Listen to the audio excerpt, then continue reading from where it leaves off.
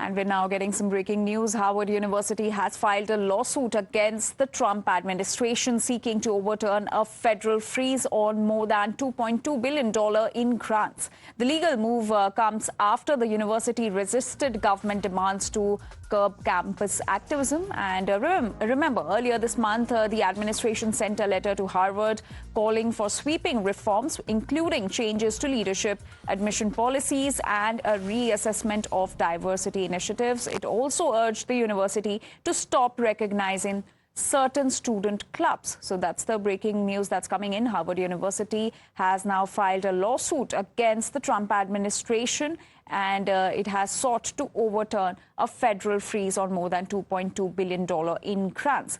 My colleague Srinjoy is now joining us with more details on this. Srinjoy, the face-off between the Trump administration and Harvard University continues to escalate. Now Harvard University has filed a lawsuit. What more details are we gathering? Well, this is a fight between two super heavyweights. President Trump is one of the most powerful presidents in recent times. And on the other hand, you have Harvard, the oldest university in America, and probably the best known and one of the greatest universities of the world. As far as finances are concerned, yes, the American government has a certain say because it gives certain grants. And the American government has said, we will stop these grants if you don't do these very things. Now, Harvard University says, well, too bad. We will continue to do what we will do, and has gone to court. The thing is that Harvard is not only one of the best universities in the world, it's also easily the richest. It has an endowment of over $50 billion. Now, $50 billion for any university is a huge amount of money. But the unfortunate bit for Harvard is that all of that is not in ready cash. It is in stocks and shares, it is in property, and so on.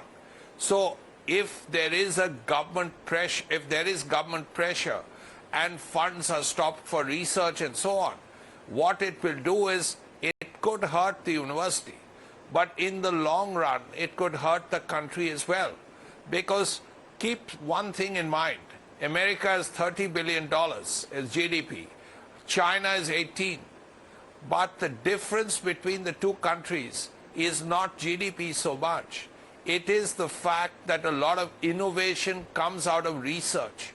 If you look at the number of Nobel Prizes universities have won, no university has won more Nobel Prizes in the sciences than Harvard. And it doesn't just help Harvard, it helps America. And many, many Indian students are at Harvard. So this is a very difficult fight. It's a very damaging fight.